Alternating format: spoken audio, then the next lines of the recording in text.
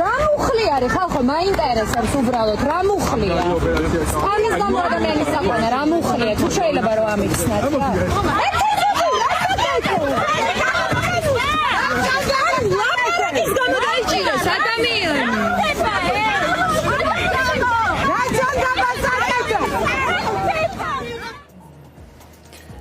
ამ პარასკევს პარლამენტის წინ მდგარი სტუდენტი ლუკა გოგია მხოლოდ იმიტომ დააკავეს, რომ პატრულის ფორმაში გამოწყობილი რეჟიმის ძალოვნებს ტაშს უკრავდა.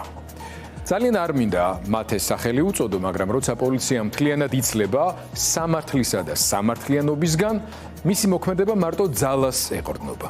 ამიტომ ძალოვანის ძახილი მგონი ყველაზე რბილი ტერმინია, რასაც შეიძლება მათთვის ვიმეტებდეთ. აი ამ ძალაზე, ანუ ხიშტებზე დიდხანს ჯდომა კი ტალეირანის არ იყოს დიდხანს შეუძლებელია. ასეთ სისტემას ყოველთვის ჭირდება ბალიში.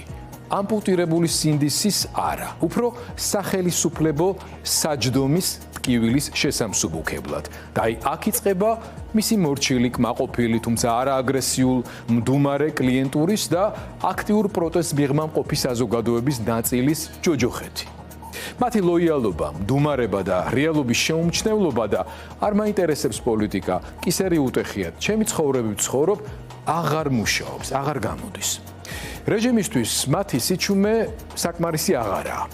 რეპრესიული სისტემის თითქოს უმნიშვნელო, თუმცა საზარელ ჭანჭიკებად გაფორმება და ამის საჯარო დეკლარირება აუცილებელ მოთხოვნად იქცევა.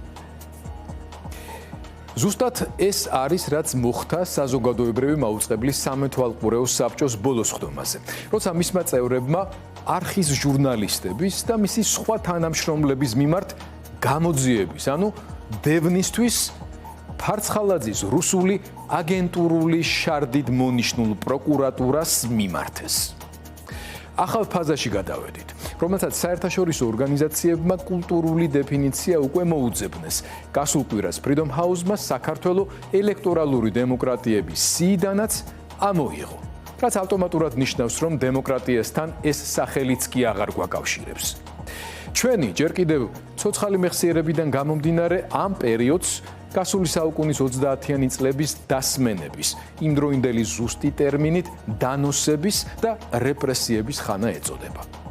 შევედით მორალური და პოლიტიკური დეგრადაციის იმ ფაზაში, როცა მხოლოდ მდუმარებაში ყოფნა და სიჩუმის შენარჩუნება რეჟიმის არაგასაღიზიანებლად საკმარისი აღარ არის.